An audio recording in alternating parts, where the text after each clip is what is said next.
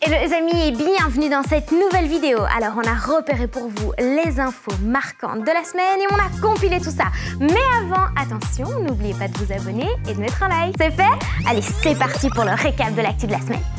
Oh, j'y crois pas. Eh mes petits poulets, vous allez jamais me croire. Je viens de voir passer Iron Man dans le ciel. Si, Iron Man. Quoi? Je suis un mytho, moi? Eh, c'est vrai, regardez. Bon, j'abuse un peu, c'est pas vraiment Iron Man, mais Jamie Walsh n'est certainement pas un homme comme les autres. Ah non, non, non, c'est l'un des 3 ambulanciers à utiliser une combinaison à réaction pour aller secourir des personnes dans des endroits difficiles d'accès, comme ces montagnes d'Angleterre. Et c'est un exploit, hein. Ah bah parce qu'il lui a fallu seulement 6 leçons pour maîtriser cet engin. Ces combinaisons à réaction donnent des pouvoirs surhumains au service d'urgence. Salut les extraterrestres, c'est Luana, j'espère que vous allez recevoir mon message. Si oui, répondez-moi en privé. Ciao! Pas mal, moi je suis contente. Bah, regardez, qu'est-ce que vous en pensez? Ouais, très prochainement, les humains vont envoyer un message aux extraterrestres et je vais en faire partie. Je vous jure, c'est vrai. C'est même très sérieux. Une équipe de scientifiques est actuellement en train de régler les détails du message. Il sera envoyé grâce à un super satellite. Mais il y a encore quelques petits obstacles. Du genre, on ne sait pas s'ils existent, on ne connaît pas leur adresse, et franchement, je doute qu'ils aient pris langue humaine comme option à l'école. Eh bien, ils vont surtout leur envoyer des données mathématiques, de la musique et aussi des dessins. Et ils vont également leur envoyer les coordonnées de la Terre au cas où ils auraient envie de nous rendre visite. Et vous, si vous pouviez parler aux extraterrestres, qu'est-ce que vous leur diriez? Pour leur envoyer un message, je vais apprendre leur langue. Je vais aller dans traduction, par exemple, sur le téléphone. Je vais leur demander ce qu'ils mangent. Ne venez pas envahir la Terre, s'il vous plaît. Je ferai des signes avec de la fumée. S'ils parlent pas ma langue, je fais une langue au hasard. Bon, blablabla, comme ça. Merci aux élèves de l'école de Belle Flamme pour leur message aux extraterrestres, qui était l'un de nos petits jours. Oh poulet, Kentucky. Oh, mon petit poulet. Bah, aux États-Unis d'Amérique, des manifestations ont lieu depuis quelques jours dans tout le pays. Si ces manifestants sont en colère, c'est parce qu'une décision qui ne passe pas du tout pourrait être prise. L'annulation du droit à l'avortement. Un droit historique et très important pour les femmes. L'avortement, mon petit poulet, c'est le droit de mettre fin volontairement à une grossesse. Et tiens-toi bien, mon petit poulet, ce droit existe aux États-Unis depuis pratiquement 50 ans. 50! Et là, mon petit poulet, il faut revenir à une année en particulier, 1973. Ah bah oui, avant cette date, tous les États pouvaient décider eux-mêmes d'interdire ou d'autoriser l'avortement. Mais après, c'était fini, hein. Les choses ont changé. Ah bah oui, la justice a reconnu l'avortement comme un droit, c'est inscrit dans la loi. Traduction, mon petit poulet, depuis cet instant, il n'est plus illégal d'avorter, qu'importe l'endroit dans le pays.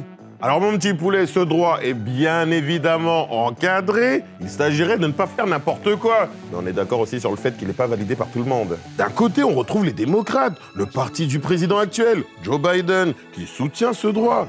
Mais de l'autre côté, il y a les républicains, le parti de l'ancien président Donald Trump. Pour eux, l'avortement ne devrait pas être légal.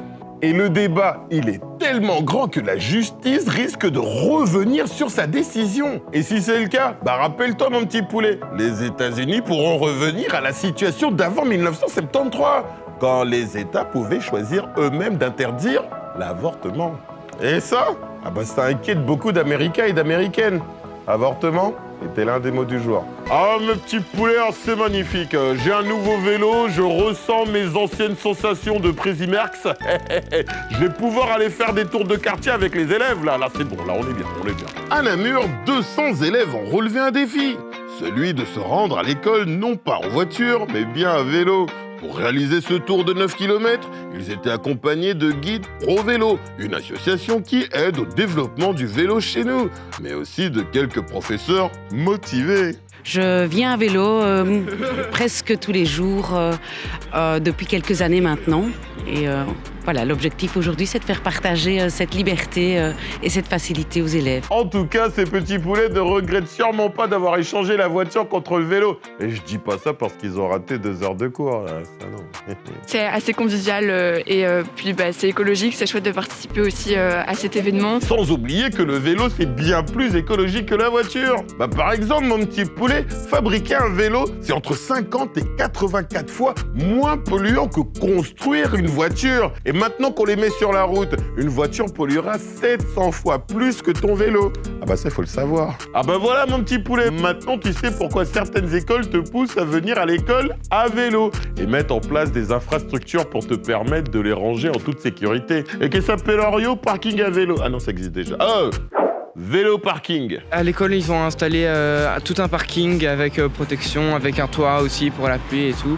Donc c'est vraiment chouette de voir que aussi l'école s'investit par rapport à ce projet-là et qu'ils prennent en compte aussi tous les élèves qui viennent à vélo, parce que c'est déjà le cas. Il y a quelques dizaines d'élèves dans l'école qui viennent déjà continuellement à vélo.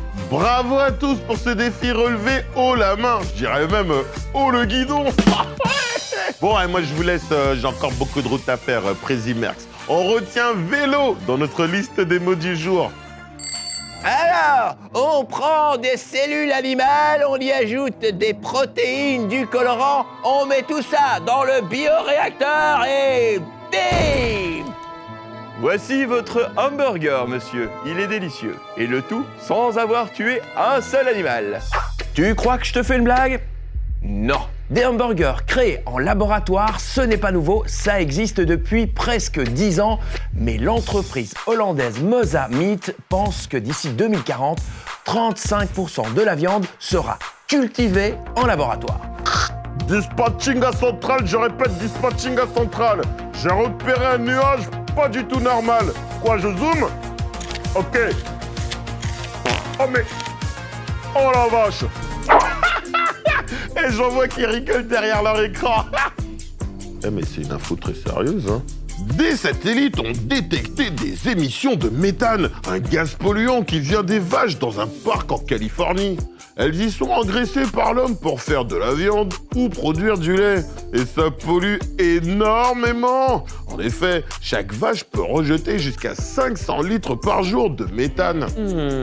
Quand on sait qu'il y a 1,4 milliard de vaches dans le monde, c'est clair qu'on se dit que le problème est très important. D'ailleurs, notre classe de Belle Flamme est totalement d'accord avec moi. Hein? Et les pays de vaches, je savais pas que ça a pollué la terre. C'est pas de leur faute, c'est parce qu'on les exploite trop. Je savais que le caca des vaches, ils font caca, mais je savais pas pour leur proute. À mon avis, si je me mets à côté d'une vache et qu'elle proute, je tombe par terre, quoi. J'imaginais pas que c'était polluant parce que ça arrive à tout le monde de faire des paix et ça pollue pas. Moi, quand il y a quelqu'un qui fait un prout, parfois il y a d'autres personnes qui peuvent s'évanouir.